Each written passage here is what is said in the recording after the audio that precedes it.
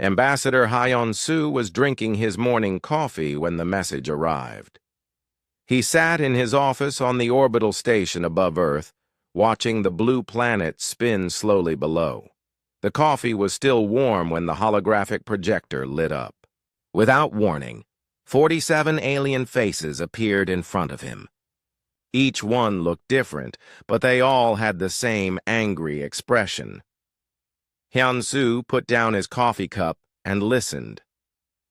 The speaker was a tall creature with gray skin and 4 arms. Its voice sounded like metal scraping against stone. "Humans of Earth," it said. "The Galactic Council has made a decision.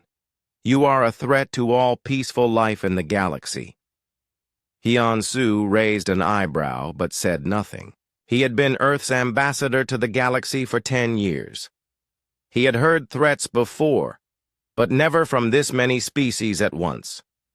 "Your kind spreads violence wherever you go," the gray alien continued. "You solve every problem with weapons. You advance your technology too fast. You are dangerous." More aliens began to speak. A blue creature with tentacles for arms said humans were unnaturally aggressive. A red being with 6 eyes called them war-loving savages. A green alien that looked like a walking tree said humans were a cancer that must be removed. Hyun-soo listened to each complaint. The aliens said humans fought too much. They said humans made weapons too easily. They said humans scared other species just by existing. The gray alien spoke again. "The Galactic Council gives you 1 solar rotation to surrender. You will give up all weapons. You will accept our rule. You will let us decide your future. And if we refuse?" Hyun-soo asked calmly. All 47 aliens smiled at the same time. It was not a friendly smile. "Then we will destroy your entire species," the gray alien said. "We have the combined fleets of 47 worlds. You have 1 small planet. The choice is yours." The hologram ended. Hyun-soo sat alone in his office, looking at the empty space where the aliens had been. He picked up his coffee, took a sip, and started laughing. Down on Earth, President Jin-woo received the same message in his office. The room was full of important people, generals, admirals, scientists, and advisors. They all watched the alien ultimatum in silence. When it ended, the room stayed quiet for a long moment. Then General Taemin started to chuckle. The sound was low and dark, like thunder before a storm. "Sir," he said to the president, "did they just threaten to fight us?" Admiral Soo-jin joined the laughter. "They called us violent," she said, wiping tears from her eyes. "They said we solve everything with weapons." "They're not wrong," said Colonel Bin-woo, grinning widely. "But I don't think they understand what that means." President Jin-woo looked around the room. Every person was smiling. Some were laughing quietly. Others had the hard look of soldiers who had just been told Christmas came early. "They want to know what humans do when threatened," the president said. "I think it's time we showed them." The news spread across Earth in hours. Every major city, every military base, every research station received the same report. The galaxy had declared war on humanity. The reaction was not what the aliens expected. In Seoul, General Kang Dae gathered his staff. 47 civilizations want to fight us," he told them. "How long since we had a real challenge?" In New York, Admiral So Young reviewed her fleet reports. "They think 1 planet can't fight 47 worlds," she said to her officers. "They don't know about our other planets." In London, Dr. Yan He looked at her research team. "They called our technology dangerous," she said with a smile. "They haven't seen anything yet." All across Earth, The same conversation happened. Military. Leaders called their subordinates. Scientists contacted their research teams. Engineers checked their weapons systems. Everyone asked the same question. Are you ready? The answer was always the same. We've been ready our whole lives. President Jin Woo called an emergency meeting with world leaders. They gathered in the secure bunker beneath the UN building. Representatives from every major nation sat around a large table. The galaxy wants to destroy us, Jin Woo began. They think we're too violent to live. The Russian representative laughed. They clearly don't understand violence. The American general nodded. If they want to see violent, we should show them what humans do to enemies. The Chinese admiral smiled coldly. They declared war on the species that invented war. The European commander leaned forward. What's our response? President Jin Woo stood up. We accept their declaration, but we do it our way. He walked to the communication station. The entire room watched as he opened a channel to the Galactic Council. His message was simple and direct. This is Earth responding to your ultimatum, he said. We reject your demand to surrender. We accept your declaration of war. Thank you for finally giving us something interesting to do. He paused, looking directly into the camera. You called us violent. You said we're dangerous. You're absolutely right. And now you get to find out why that's a problem for you, not us. The message ended. President Jin Woo turned back to the table full of military leaders. Every person was grinning like a child with a new toy. How long do we have? Asked. General Taemin.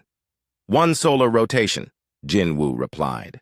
24 hours, Admiral Su-jin laughed. That's not enough time. Enough time for what? The president asked. To prepare, she said. We've been preparing for this fight our entire history. 24 hours is just enough time to stop pretending. We're peaceful. Colonel Bin-woo nodded. They want to see what humans do when threatened. Time to take off the gloves. As the meeting ended, word spread to every human settlement in the solar system. Mining stations on asteroids received new orders. Research bases on distant moons activated hidden systems. Ships that looked like cargo haulers began showing their real purpose. The galaxy had made a decision. They would destroy the violent, dangerous humans who threatened their peace. The humans had made a decision, too. They would show 47 alien civilizations why their ancestors had needed to invent the concept of fear. The war was about to begin, and for the first time in decades, humanity was genuinely excited about something. The galaxy moved like a giant machine preparing for war. 47 different species sent their fleets toward human space. The Vorthak Empire contributed their massive battleships. The Quillari Federation brought their advanced energy weapons. Smaller civilizations offered what they could: fighters, bombers, support ships.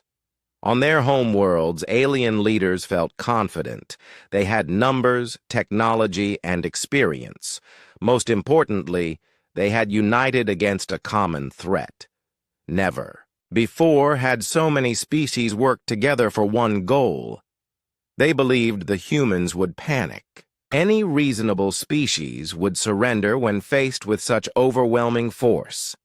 The aliens prepared prisoner ships to hold the human survivors. They planned how to divide Earth's resources after conquest. Earth, however, was not panicking. Dr. Yeonhee stood in her laboratory deep beneath the Swiss mountains. Around her, hundreds of scientists worked at computer stations. The room hummed with activity. Status report, she called out. Orbital platforms are online, replied Dr. Myung-hee from across the room. All defensive systems activated. What about the asteroid belt? Yeonhee asked. Engineer Min Ho looked up from his console. Mining stations have completed transformation. Kinetic bombardment systems are ready. Dr. Yan He smiled. The aliens thought they were attacking a primitive world with limited defenses. They had no idea what humans had built during decades of supposed peace. Above Earth's surface, space looked empty and quiet. A few orbital stations drifted slowly around the planet. Some cargo ships moved between the stations and the moon. Everything appeared normal and defenseless, but appearance was not reality. Captain Dong Hyun commanded one of the cargo ships near Mars. His bridge looked ordinary. Basic controls, simple displays, comfortable chairs. His crew of 20 seemed relaxed and casual. "Incoming transmission," reported his communications officer, Yong Ho. "Put it on screen," Dong Hyun ordered. Admiral So Young's face appeared on the main display. She was broadcasting from somewhere in the outer solar system. "All units, this is command. Begin Phase 1. "Finally," Dong Hyun said, grinning. "Computer and camouflage protocols." The transformation was remarkable. The simple cargo ship suddenly revealed its true nature. Armor plating slid away to show weapon ports. The hull extended as hidden sections deployed. What had looked like cargo containers became missile launchers and energy cannons. All around the solar system, the same thing happened. 200 innocent civilian ships became 2,000 heavily armed warships. Orbital stations shed their peaceful disguises and revealed massive weapon systems. Mining platforms in the asteroid belt activated kinetic launchers that could throw rocks at incredible speeds. The human fleet had been hiding in plain sight for decades. Engineer Seok Ho worked frantically in a station orbiting Jupiter. His job was special. He controlled the weapons that didn't look like weapons. "All systems green," he reported to his supervisor. "The communication satellites are armed and ready." His supervisor, Commander Won-sik, nodded approvingly. "What about the weather monitoring stations?" "Loaded with surprises," Seok Ho replied. "The aliens will never see it coming." This was humanity's greatest advantage. They had weaponized everything. Communication satellites could become guided missiles. Weather stations carried hidden bombs. Even the space garbage floating around Earth served a purpose. Each piece was tracked and could be accelerated to become a deadly projectile. The aliens had studied human technology for years. They knew about Earth's weapons, its defenses, its capabilities. But they had made a critical error. They had only looked at what humans wanted them to see. General Kang Dae stood in his command center beneath Seoul. The room was enormous, filled with hundreds of officers working at control stations. Giant screens showed the positions of every human ship and weapon in the solar system. "Enemy fleet status?" he asked. "Vorthak main force is 6 hours out," reported Captain Jae-hun. "Quilari advanced ships are 4 hours behind them." "Our forces?" Commander Hae-jin consulted her display. "First Fleet is in position beyond Pluto. Second Fleet guards the outer asteroid belt. Third Fleet protects the inner system." Kang Dae studied the tactical display. Red dots showed alien ships approaching from multiple directions. Blue dots marked human positions. To an outside observer, it looked like humanity was hopelessly outnumbered. "Sir," said Captain Sang-min, "the enemy has us outnumbered 20-1. Kang Dae laughed. "Only 20-1? That hardly seems fair." "Fair to who, sir?" "To them," the general replied. "They don't know what they're walking into." The alien fleets moved through space with confidence.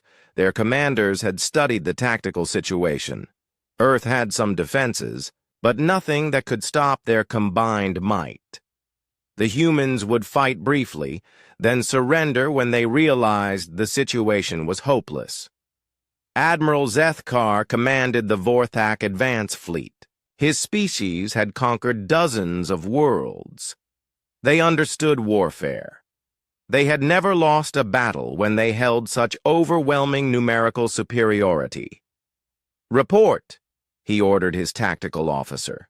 "Human fleet detected beyond Pluto. Approximately 200 ships of various sizes."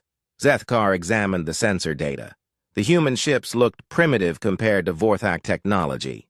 Their weapons seemed outdated. Their armor appeared thin. "Increase speed," he commanded. "We will sweep aside their pathetic fleet and proceed directly to Earth." What Zethkar didn't know was that human sensors had been watching his fleet for days.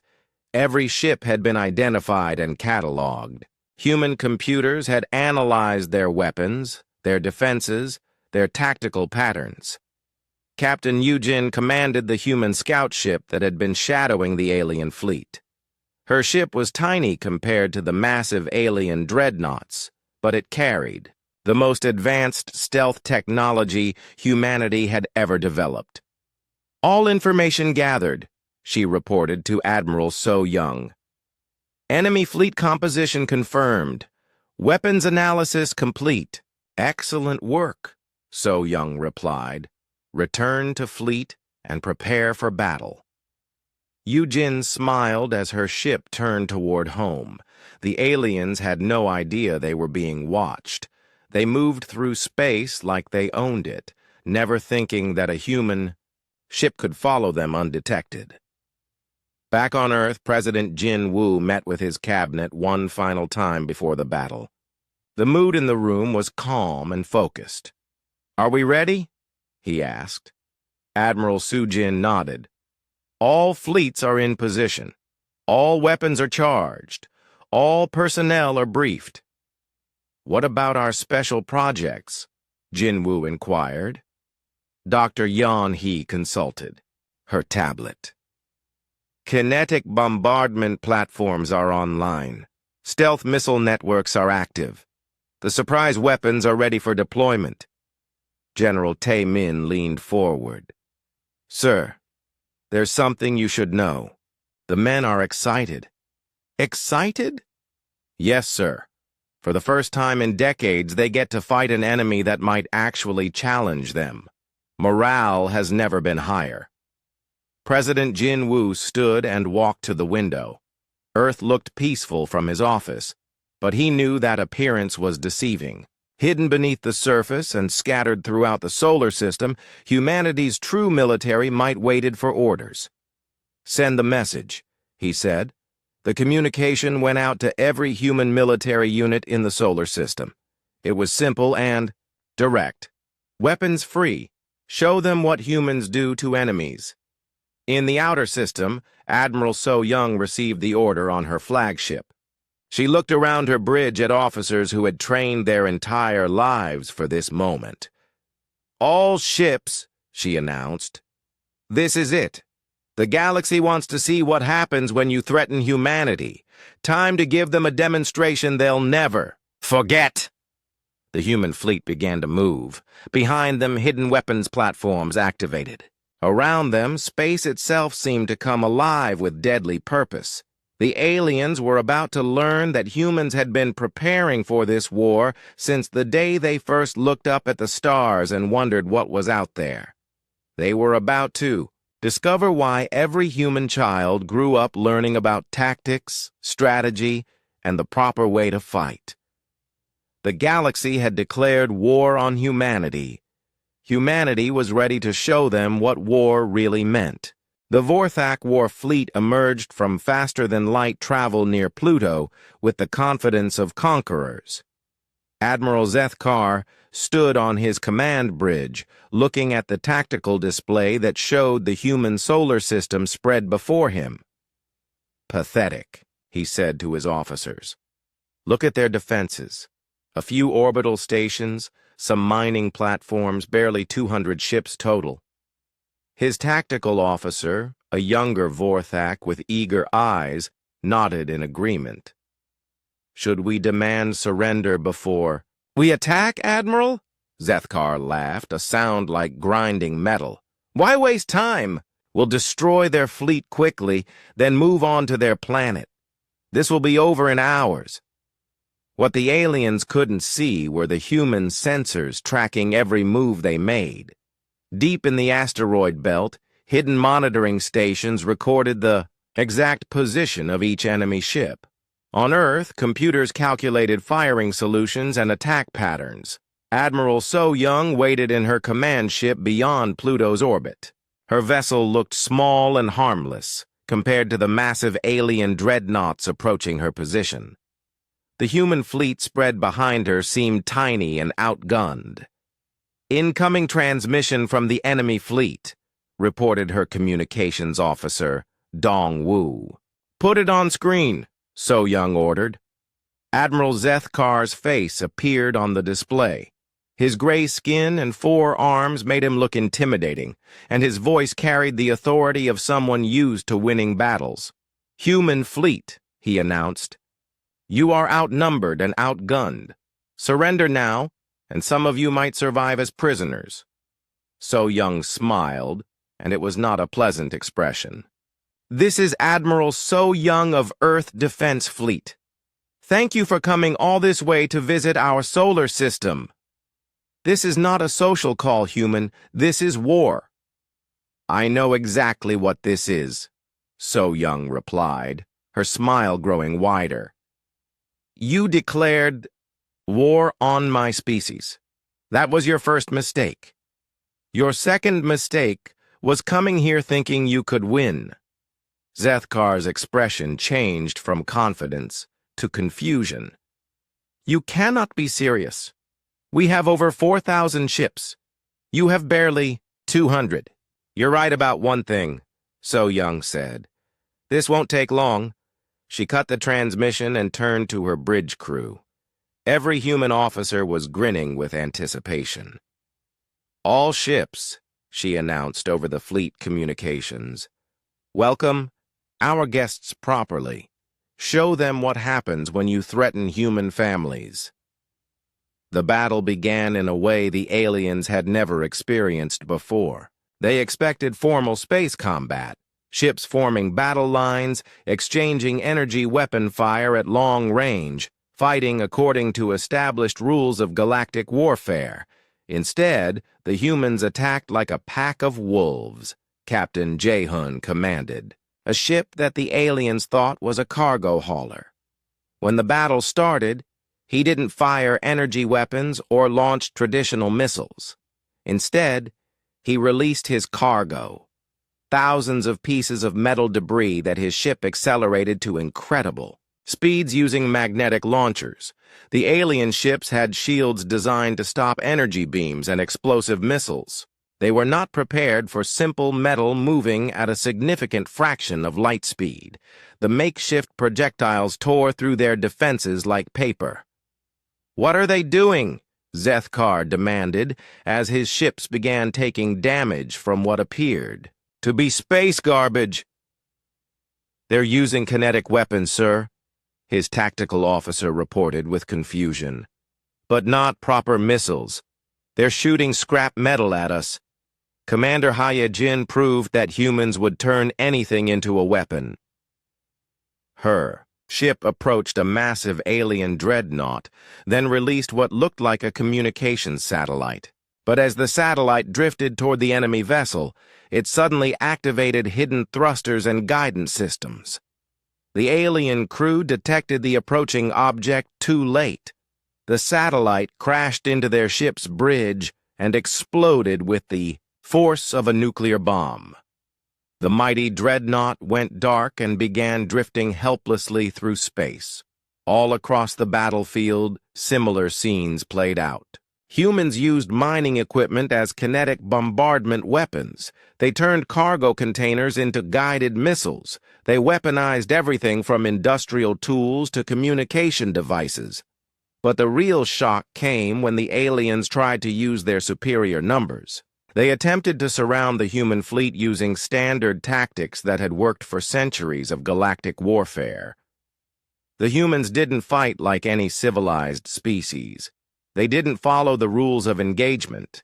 They didn't limit themselves to military targets. Captain Wansik demonstrated human philosophy of warfare when an alien commander demanded he surrender his damaged ship. Surrender? Wansik laughed over the communication channel. You came here to kill my family. That means you don't get to go home. Instead of surrendering, Wansik activated his ship's self-destruct system and rammed it directly into the alien command vessel. Both ships exploded in a ball of fire that could be seen from millions of kilometers away. The aliens had never seen anything like it. In their experience, when a ship was damaged and defeat was certain, the crew surrendered and accepted capture. They didn't turn themselves into bombs. Admiral Zethkar watched his fleet being systematically destroyed by tactics he couldn't understand. The humans fought like they were insane, using methods that no civilized species would consider. "Sir," his tactical officer reported with panic in his voice, "we've lost 60% of our ships. Should we retreat?" "Retreat?" Zethkar was appalled. "We still outnumber them!" But even as he spoke, more human ships appeared from hidden positions. Throughout the solar system, what had looked like mining stations revealed themselves as weapons platforms. Ships that had seemed like civilian vessels deployed military-grade armaments. The human fleet hadn't been hiding behind Pluto. The human fleet had been scattered throughout the entire solar system, waiting for the aliens to enter their trap. Engineer Siakho, monitoring the battle from his control station on a Jupiter moon, activated his special weapons. All across the battlefield, innocent-looking space debris suddenly came to life. Communication satellites turned into guided missiles. Cargo containers revealed hidden warheads.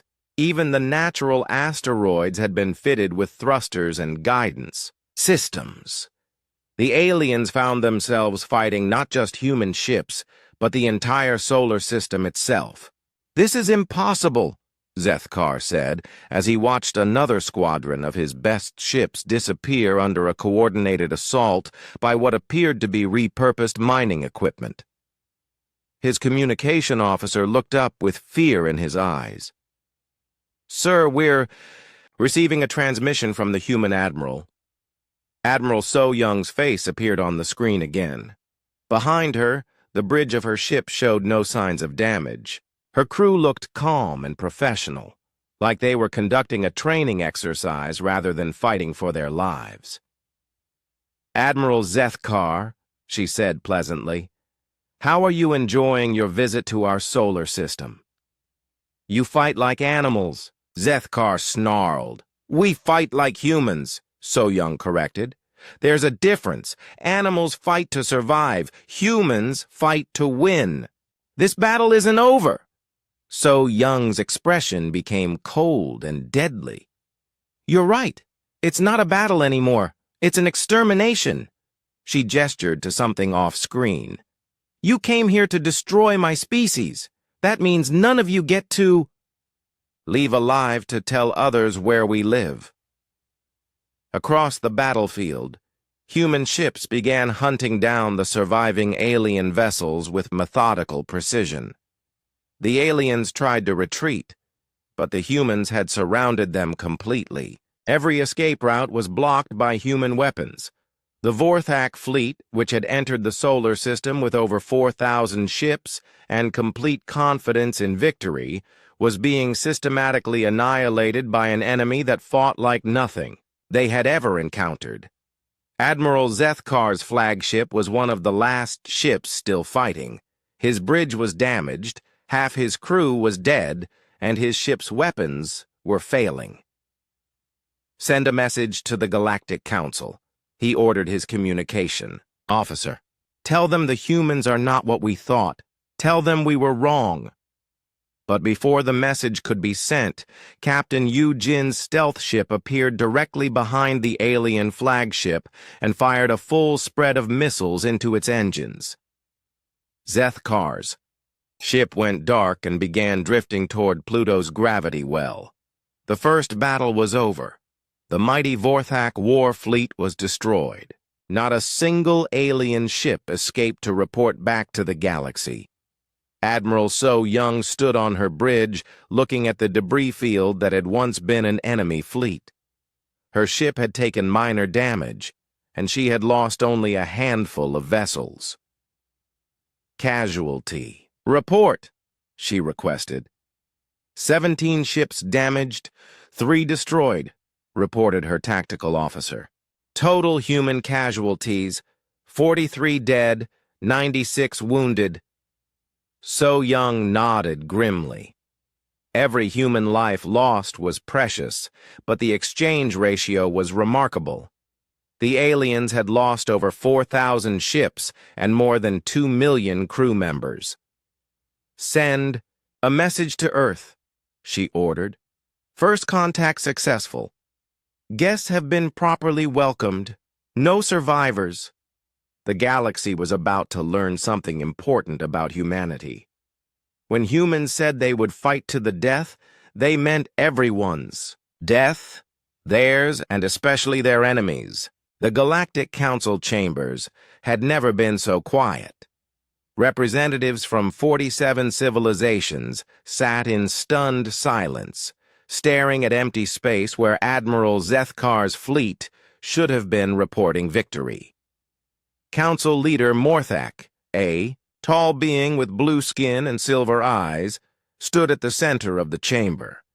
His voice carried confusion and growing fear. The Vorthak First Fleet has gone silent, he announced. 4,000 ships, completely destroyed or captured. Murmurs of disbelief rippled through the assembly. The Quilari representative, a creature that looked like a walking crystal formation, spoke first. Impossible. The humans had only 200 ships. Our intelligence was certain. Your intelligence was wrong, said the Zenthari delegate, her tentacles writhing with agitation. The question is, how wrong? More reports began arriving from across the galaxy. Human ships were appearing in supposedly secure alien space, striking military targets and disappearing before reinforcements could arrive. But these weren't raids for resources or territory. These were systematic attacks designed for one purpose: complete destruction of alien military capability. General Kang Day stood in his command center beneath Seoul, studying reports from human strike teams across known space.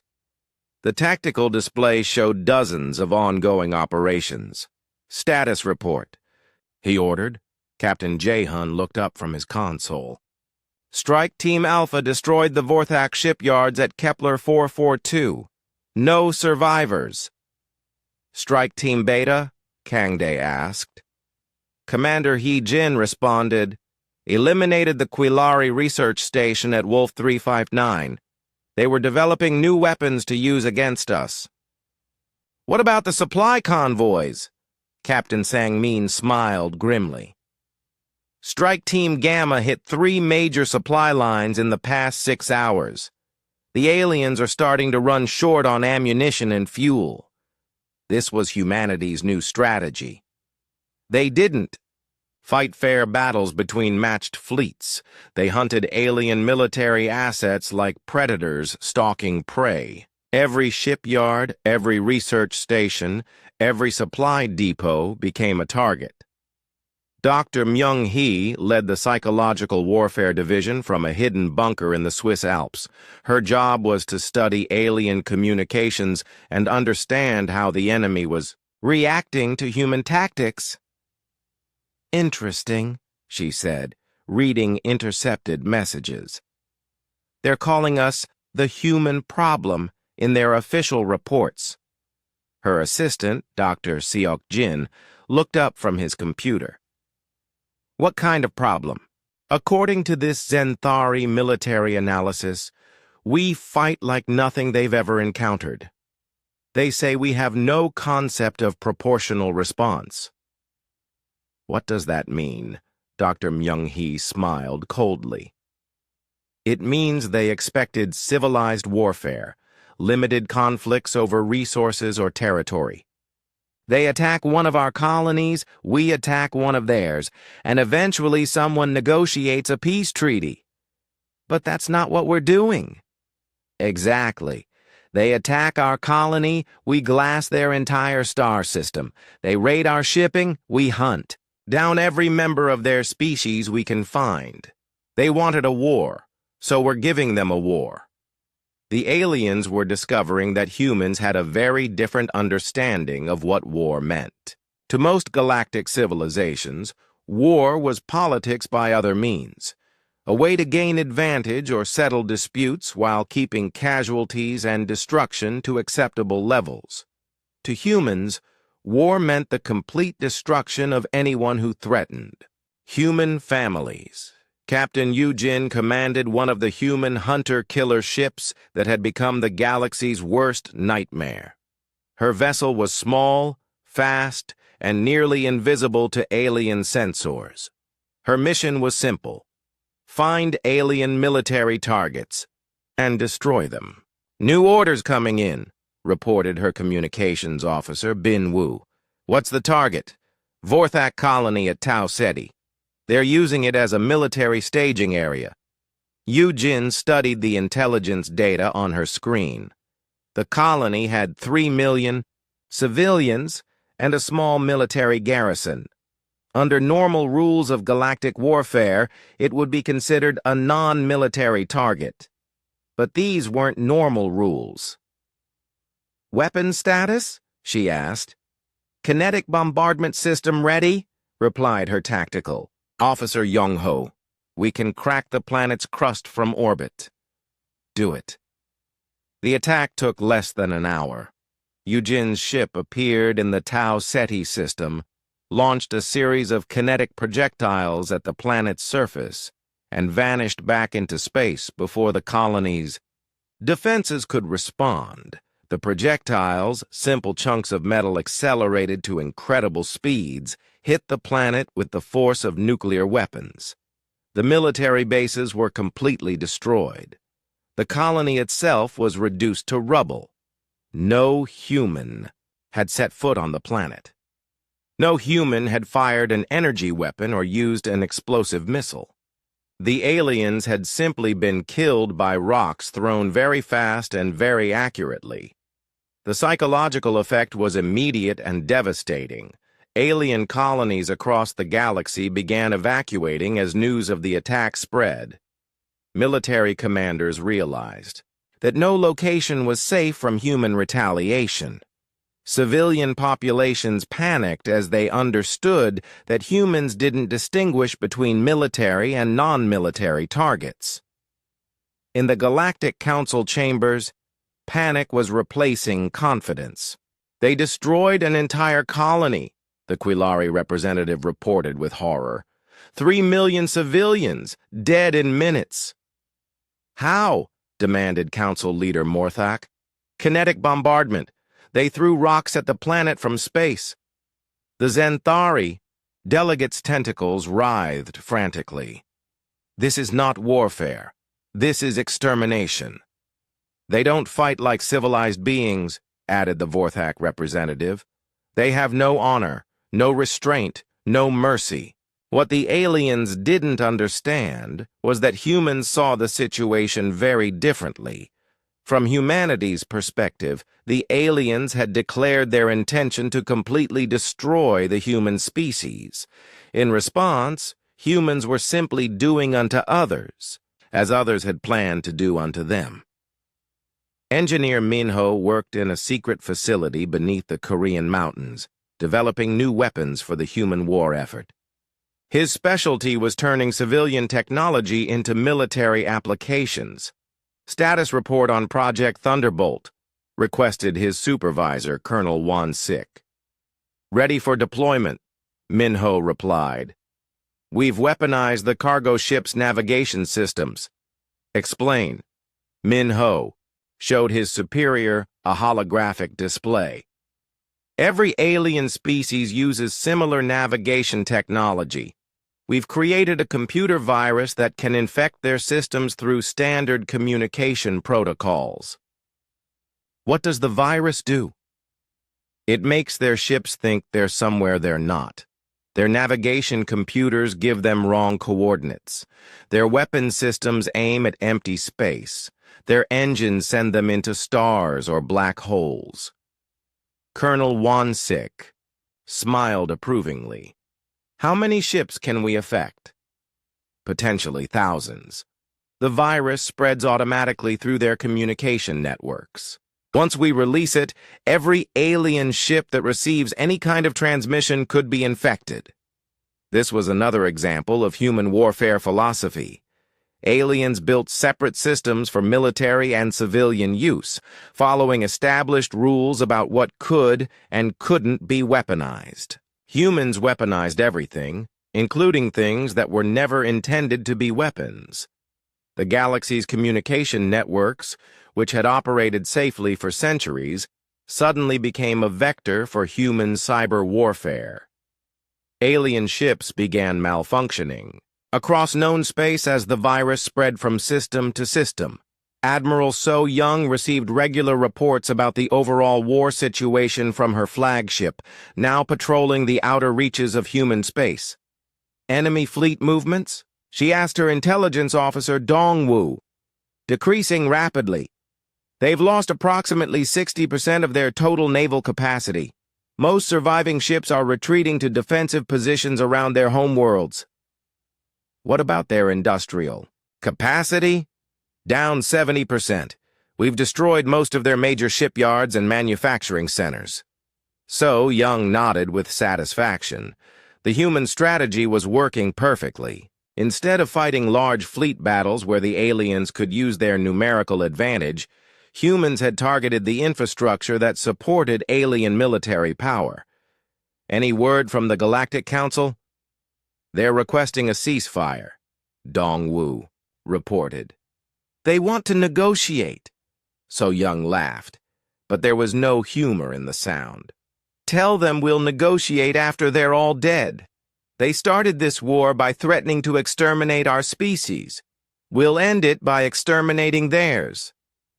The alien leadership was beginning to understand the magnitude of their mistake. They had expected to fight a limited war against a primitive species. Instead, they had awakened something that fought with a level of brutality and efficiency they couldn't comprehend. Humans didn't just want to win the war. They wanted to ensure that no one would ever threaten humanity again. And the only way to guarantee that was to make sure no potential enemies survived to threaten them in the future. The galaxy had declared war on humanity, thinking they were dealing with just another species that could be bullied into submission. They were learning that humans were not just another species. Humans were apex predators who had spent their entire evolutionary history perfecting the art of killing anything that threatened them. The war was far from over, but the outcome was already clear. The aliens had started a fight they couldn't finish. The humans would finish it for them. The message reached Earth on a Thursday morning, 6 months after the war began. It was short, desperate, and came from an unexpected source, a Kilari science station orbiting a distant moon. Ambassador Yon-Su received the transmission in Batin Sishin's his orbital office. The alien scientist on the screen looked different from the confident beings who had declared war months earlier. This one's crystalline body was cracked with stress, and its voice shook with fear. "Please," the alien said, "we need to talk. The Council made a terrible mistake. We didn't understand what humans really are." Hyun-Soo listened to the entire message without expression. When it ended, he forwarded it to Earth with a simple note. "They want to surrender." President Jin-Woo read the message in his office, surrounded by his military advisors.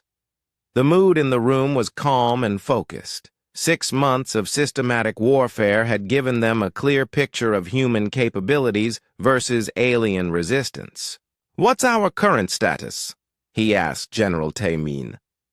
"Complete tactical superiority," the general replied without hesitation. "We've destroyed 85% of their military capacity. Most surviving alien ships are hiding around their homeworlds." Admiral Su Jin added her report. "Our hunter-killer teams have eliminated over 300 military installations. Their industrial capacity is down 90%. Casualties? Minimal on our side," General Taemin said.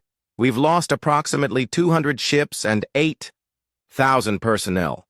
Enemy casualties are estimated at over 50 million military personnel and twice that number of civilians." President Jin Woo absorbed the numbers quietly. The exchange ratio was remarkable, but the human losses still hurt. Every dead human represented someone's family member, someone's friend. "They want to negotiate," he said finally. "Yes, sir," Admiral Sujin confirmed. "Multiple sources are sending surrender offers. They're willing to accept almost any terms." "Almost any terms?" General Taemin consulted his tablet. "They want to keep their home worlds.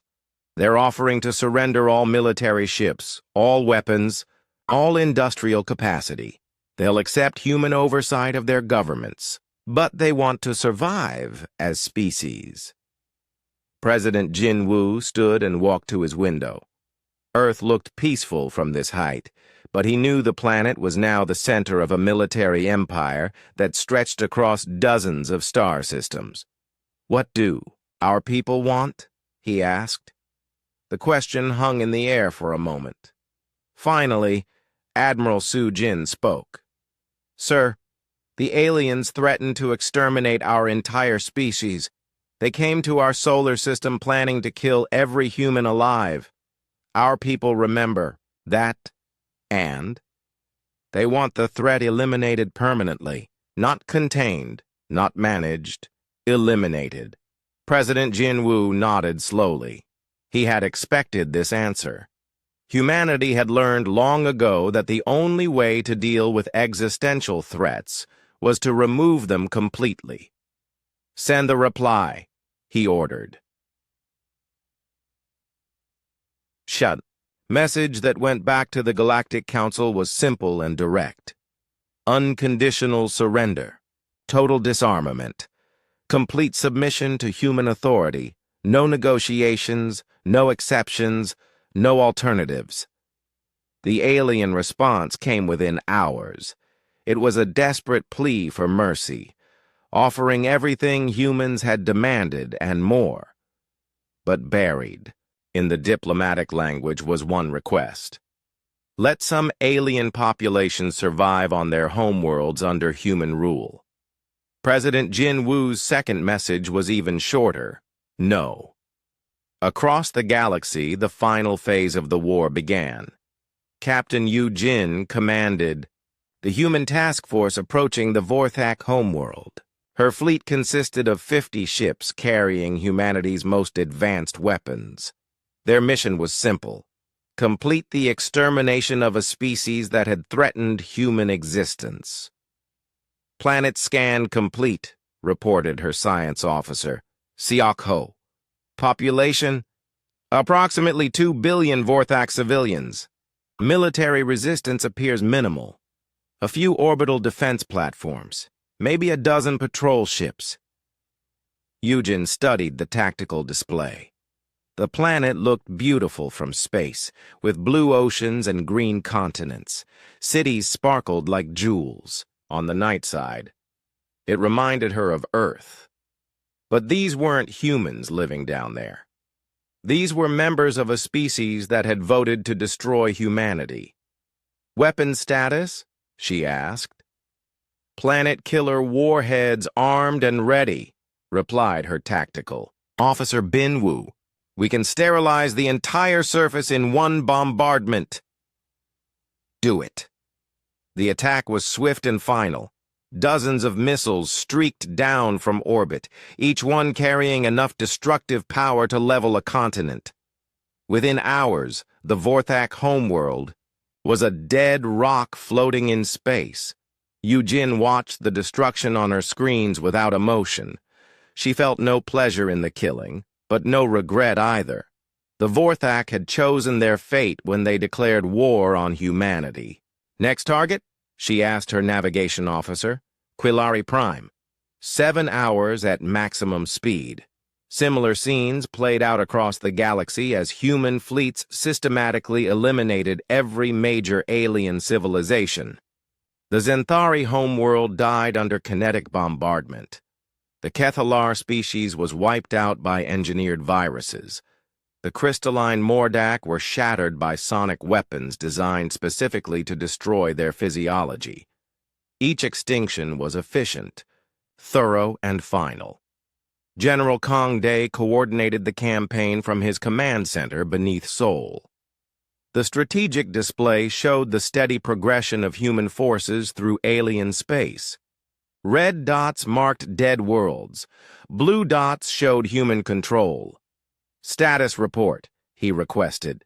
Commander Haye-jin consulted her data. 38 species completely eliminated, 7 more under final assault. 2 have requested permission to commit mass suicide rather than face human weapons. Any resistance?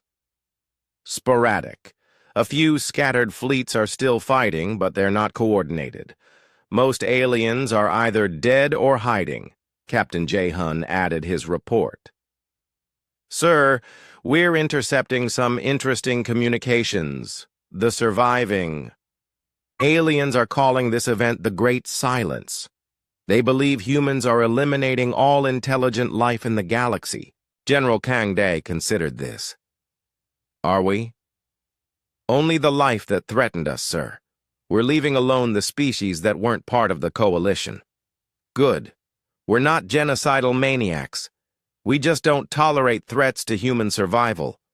Dr. Myung-hee continued monitoring alien communications from her bunker in the Alps. The messages she intercepted painted a picture of complete civilizational collapse. Alien governments were falling, their populations were fleeing to the furthest reaches of space, and their military forces were disintegrating. Fascinating, she said to her assistant, Dr. Yong-jin. Listen to this transmission from a Kalari commander. She played the recording. The alien voice was filled with despair. We awakened something that should have been left sleeping. The humans don't fight like any civilized species. They fight like the universe itself wants them to win. Is that how they see us? Yong-jin asked. Apparently. They think we're some kind of cosmic force of destruction rather than just another species protecting itself. Dr. Myung-hee filed the recording with thousands of others. Future human historians would want to understand how the galaxy had perceived humanity's rise to dominance. Admiral So-young received the final report in her flagship as it orbited the ruins of what had once been the Galactic Council's central world. All primary targets eliminated, her communications officer, Dong-woo, announced. 47 alien civilizations confirmed extinct. Human losses, minimal. So-young nodded with satisfaction. The war that had begun with alien threats to exterminate, humanity was ending with the extinction of every species that had supported those threats. Any survivors? Small populations scattered throughout the galaxy. Maybe a few million individuals total, hiding on remote worlds or in deep space. No organized resistance remains. Let them hide, So-young decided. A few survivors will remember what happens when someone threatens humanity. They can serve as a warning to any new species we encounter. On Earth, President Jin-woo addressed his people for the final time as a wartime leader. The broadcast reached every human settlement across dozens of star systems. My fellow humans, he began, the war is over. The threat to our species has been eliminated. We can now focus on building the future we want, without fear of alien interference. He paused, looking directly into the camera. Some will ask if we went too far. Some will question whether complete extinction was necessary. Let me remind you what the aliens planned for us. They intended to wipe out every human man, woman, and child. They wanted to erase our species from existence. We gave them exactly what they tried to give us. The only difference is that we succeeded.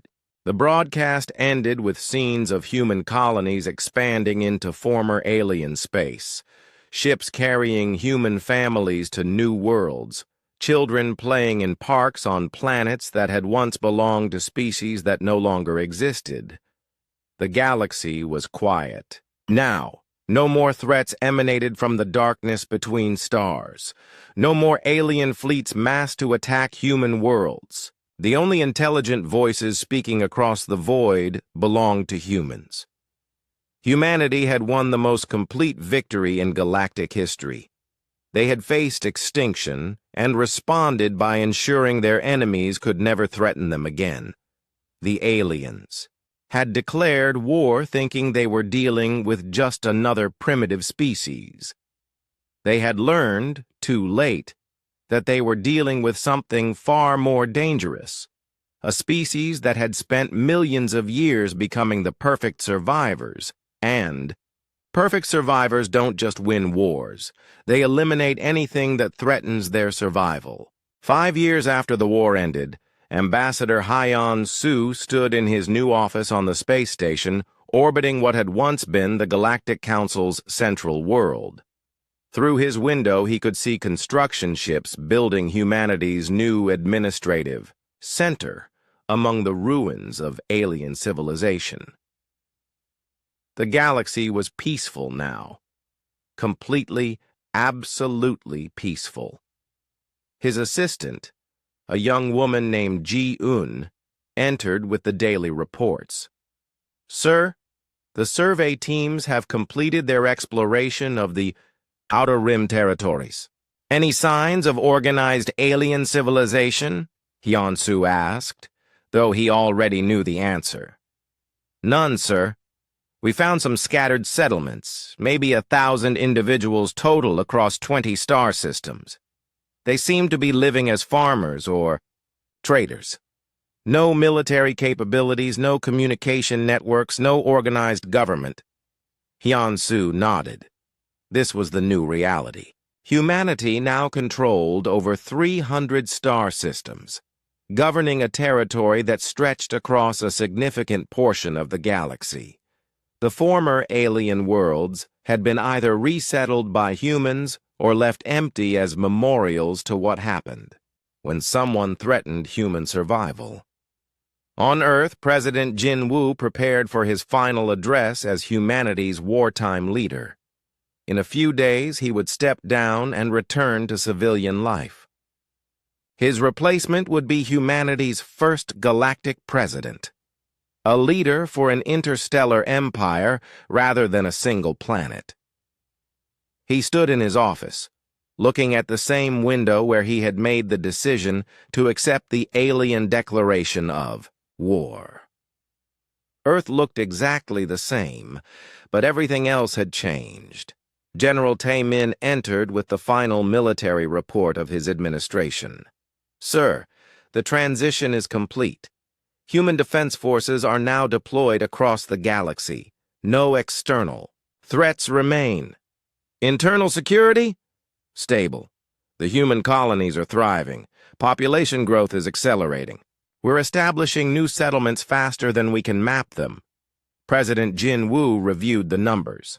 Humanity had grown from a single planet with 8 billion people to an interstellar civilization with over 50 billion humans spread across hundreds of worlds. The former alien territories provided unlimited room for expansion. What about the message? He asked. General Tae-min smiled. Ready for broadcast, sir. It will reach every corner of known space and beyond. The message was humanity's gift to the universe. A warning and an invitation combined into one clear statement about the new galactic order. Admiral So Young commanded the ceremony from her flagship, now serving as humanity's mobile capital ship. Representatives from every human colony attended virtually, their faces appearing on screens throughout the massive vessel. At exactly noon, Earth Standard Time, she began the broadcast that would establish humanity's place in galactic history. This is Admiral So Young of the Human Galactic Empire, speaking to all intelligent life in the universe. 5 years ago, 47 alien civilizations declared war on humanity. They intended to exterminate our species because they considered us too violent to exist. She paused, letting the words carry across space to any civilization that might be listening. They were wrong about our violence. We are not violent because we enjoy it. We are violent because we are very, very good at it, and we use that skill to protect what we love. The camera pulled back to show the bridge of her ship, where human officers worked calmly at their stations. In the background, displays showed the peaceful human colonies scattered across former alien space. The alien coalition learned this lesson too late. They threatened our families, our children, our future. In response, we eliminated them completely. Not because we are cruel, but because threats to human survival cannot be allowed to continue existing. Admiral So Young looked directly into the camera. This message serves two purposes. First, it is a warning. Any species that threatens humanity will receive the same treatment as our former enemies. We will not negotiate with extinction. We will not compromise with those who want us dead. We will simply remove the threat. She smiled, and the expression was both warm and terrifying. Second, this is an invitation. The galaxy is large enough for everyone who wants to live in peace. Humanity controls hundreds of worlds, but there are millions more planets suitable for life. Any species that approaches us peacefully will be welcomed as neighbors and trading partners. The broadcast shifted to show images of human colonies, cities full of families, children playing in parks, farmers working fields under alien suns. These were not images of conquerors, but of people building new homes in the territory they had claimed. We do not seek to rule over other species, Admiral So Young continued. We seek to ensure that no one can threaten human survival ever again. The best way to achieve this goal is to be so overwhelmingly powerful that no rational being would consider fighting us. The camera returned to her face. Let this be absolutely clear. Humanity now controls this region of the galaxy. We have the weapons, the ships, and the will to defend our territory against any threat. But we also have the wisdom to welcome peaceful neighbors and the generosity to share the galaxy with those who respect our right to exist. She stood, and the camera pulled back to show the full bridge of humanity's flagship.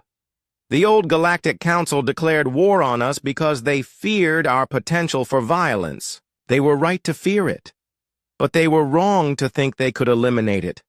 Violence is not humanity's weakness, it is our strength, and we will use that strength to build a galaxy where our children can grow up safely. The broadcast ended, with coordinates for peaceful contact and detailed instructions for any species that wanted to establish diplomatic relations with humanity. Within hours, responses began arriving from across the galaxy. Dr. Yeonhee, now serving as humanity's Director of Xenobiological Relations, reviewed the incoming messages in her new office on the administrative station. Interesting variety, she told her assistant, Dr. Min-ho. We have 12 different species requesting peaceful contact. Any potential threats? None. They're all small populations, mostly refugees from the worlds we liberated. They seem genuinely interested in peaceful coexistence. Dr. Yan He pulled up one message on her screen. Listen to this one. It's from a group calling themselves the Survivors Coalition. They're offering to provide information about any remaining hostile alien groups in exchange for protection. Protection from what? From us, apparently. They want to make sure we know they're not a threat, so we don't add them to our extinction list. This was the new galactic reality. Humanity had become the dominant power not through diplomacy or trade, but through the simple expedient of killing everyone who opposed them. The surviving alien populations understood this and adjusted their behavior accordingly.